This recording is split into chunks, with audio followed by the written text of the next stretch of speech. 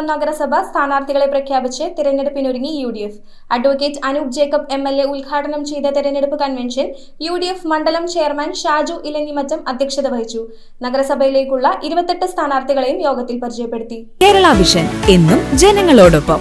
രണ്ടാഴ്ചക്കാലം നീണ്ട തർക്കങ്ങൾക്ക് വിരാമമിട്ട് സ്ഥാനാർത്ഥികളെ പ്രഖ്യാപിച്ച് പിറവം നഗരസഭാ തിരഞ്ഞെടുപ്പിനായി ഒരുങ്ങി UDF. കൈരളി ഓഡിറ്റോറിയത്തിൽ നടത്തിയ തിരഞ്ഞെടുപ്പ് convention MLA advocate Anoop Jacob ഉദ്ഘാടനം ചെയ്തു.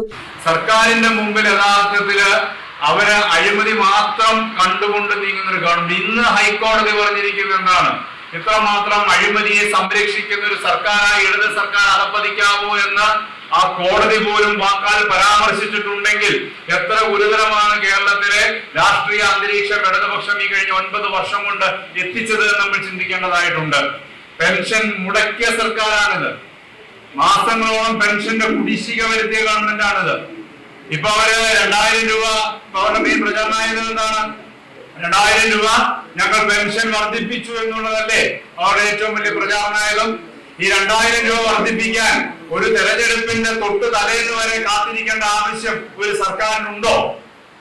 ഇത് ഈ സർക്കാർ അധികാരത്തിൽ വരുമ്പോൾ ഇവരുടെ ഇലക്ഷൻ മാനിഫെസ്റ്റോയിൽ ഇവർ പറഞ്ഞതാണ് പെൻഷൻ വർദ്ധിപ്പിക്കുമെന്ന്.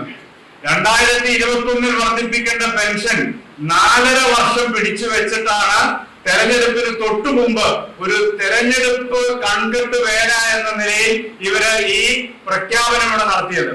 UDF മണ്ഡലം ചെയർമാൻ ഷാജു ഇലഞ്ഞിമറ്റം അധ്യക്ഷത വഹിച്ച ചടങ്ങിൽ KPCC vice president Jaison Joseph മുഖ്യപ്രഭാഷണം നടത്തി. നമ്മുടെ പാർട്ടിയിൽ ഒത്തിരി ആളുകളുണ്ട്. അപ്പോൾ സീറ്റ് കിട്ടാതിരിക്കുന്നത് ആരുടെയും ഒരു ദോഷമല്ല. അതൊക്കെ പിന്നീട് അവസരങ്ങൾ വരും. അപ്പൊ അത്തരം അവസരങ്ങൾ വരുമ്പോൾ അവർ മത്സരിക്കട്ടെ എന്നല്ലാതെ സീറ്റ് കിട്ടാത്തതിന് പേരിൽ നിരാശയുള്ള ആളുകൾ നമ്മുടെ ഏറ്റവും പ്രധാനപ്പെട്ട കാര്യം. അപ്പൊ സീറ്റ് കിട്ടാത്ത ആളുകൾ ഒരു വാക്ക് നമുക്ക് പറയാൻ ഈ തെരഞ്ഞെടുപ്പ് പ്രവർത്തനത്തിന്റെ വരാൻ പോകുന്ന 48 മണിക്കൂറിൽ നമുക്ക് സീറ്റ് കിട്ടാത്ത ആളുകളുണ്ടെങ്കിൽ അവരുമായി നമ്മൾ ചിലപ്പോൾ വിളി കാത്തിരിക്കുകയായിരുന്നു.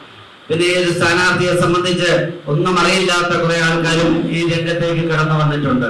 അവരോടൊക്കെ ഞങ്ങൾക്ക് പറയുവാനുള്ളത് ഇതൊരു വലിയ സംരംഭമാണ്. ഒരു സ്ഥാനാർത്ഥിയായി നിന്ന് വിജയിച്ചാല് 5 വർഷക്കാലം ജനങ്ങളോടൊപ്പം നിന്നുകൊണ്ട് ജനങ്ങളുടെ ആവശ്യത്തിന് വേണ്ടി പ്രവർത്തിക്കാനുള്ള ഒരു മനസ്സുണ്ടാകണം.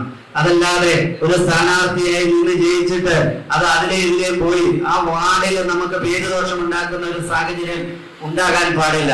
UDF നിയോജക മണ്ഡലം chairman KR Jayakumar, DCC secretary KR Pradeep Kumar, block president PC Jose, മുൻ പ്രസിഡന്റ് വിൻസെന്റ് K ജോൺ, മണ്ഡലം പ്രസിഡന്റ് അരുൺ കല്ലറയ്ക്കൽ, കേരള കോൺഗ്രസ് ജോസഫ് സംസ്ഥാന സെക്രട്ടറി ജോണി അരീക്കാട്ടിൽ തുടങ്ങിയവർ ചടങ്ങിൽ സംസാരിച്ചു.